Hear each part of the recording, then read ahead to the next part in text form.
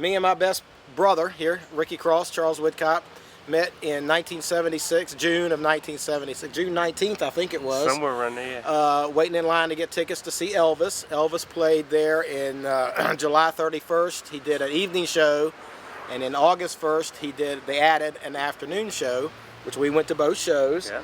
And we met, and then we saw him in Richmond about a week and a half later. Yep. Hooked up to exchange some pictures and stuff. After that, we've been best buddies ever since. Well, after that, we went to the Pittsburgh concert. And we were at the Pittsburgh concert New Year's Eve.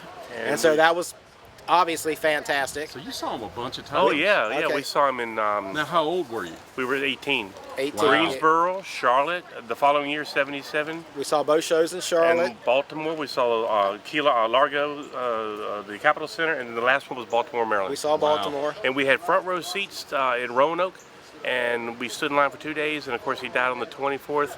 But we saw the tickets. Yeah. But I mean, that was the 16th, and the concert was on the 24th. Front row center. But the best part, I sent him a copy of my graduation announcement. Yeah. I said, man, I don't want nothing. Just want to know you. I'm graduating. I'll see you in Roanoke on the 24th. And he took the little card with my name. It was real fancy. He signed it and sent it back in a little small envelope. Wow. Yep. And since it's handwritten on the envelope, I know it's got to be real. So.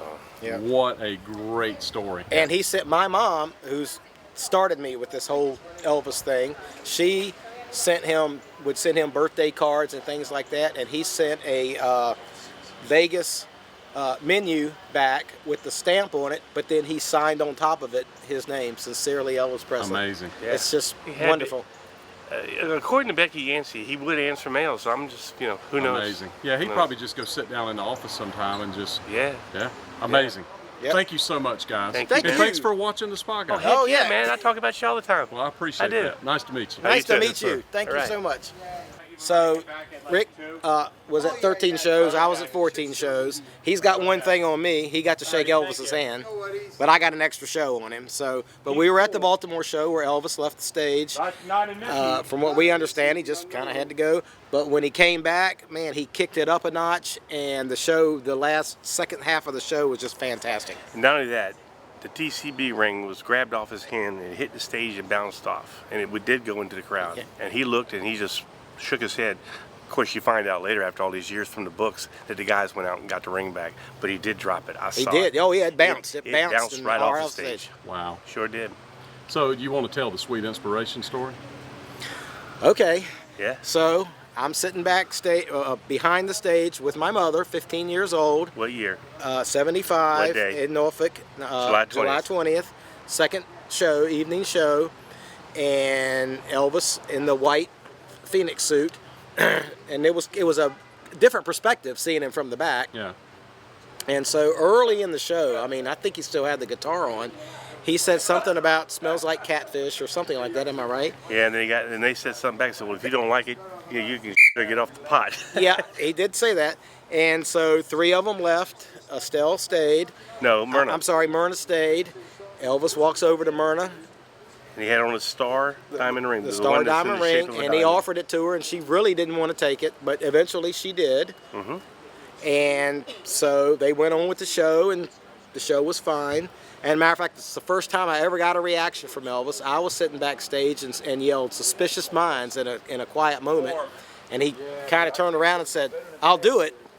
But he didn't do it.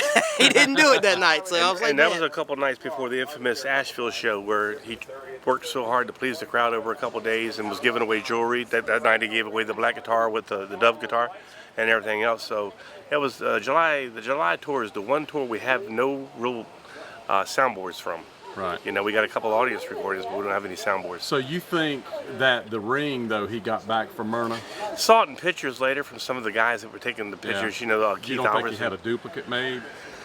I don't know. He flew in Lowell Hayes for the Asheville show to give away jewelry, so anything could have happened. Yeah, no telling. Yeah. They could have had one, and he just said, "Hey, I want that one." Could again." be. Could be. So that means that Myrna, She could maybe still two have it. strings- Yeah, but you know, two she out was there. married to Jerry Schilling, so there was two different, not at the time, but she had been married to Jerry Yeah. Schilling, so there was a lot of loyalty there. Yeah, so, that's a good point. Yeah. Okay. Great story, guys. All right. Appreciate Love you, man. y'all. Yeah, appreciate y'all you. rock, man. That's awesome. Thanks. See, that's stuff that you can't read in the books. Yeah. Yeah. Yeah, that's real stuff right there. We paid you. Yeah, we were there. Yeah, Appreciate we it, were guys. there. You That's too, right. buddy. You Yes, too. sir. Thank you. Nice to meet Yes, you. sir.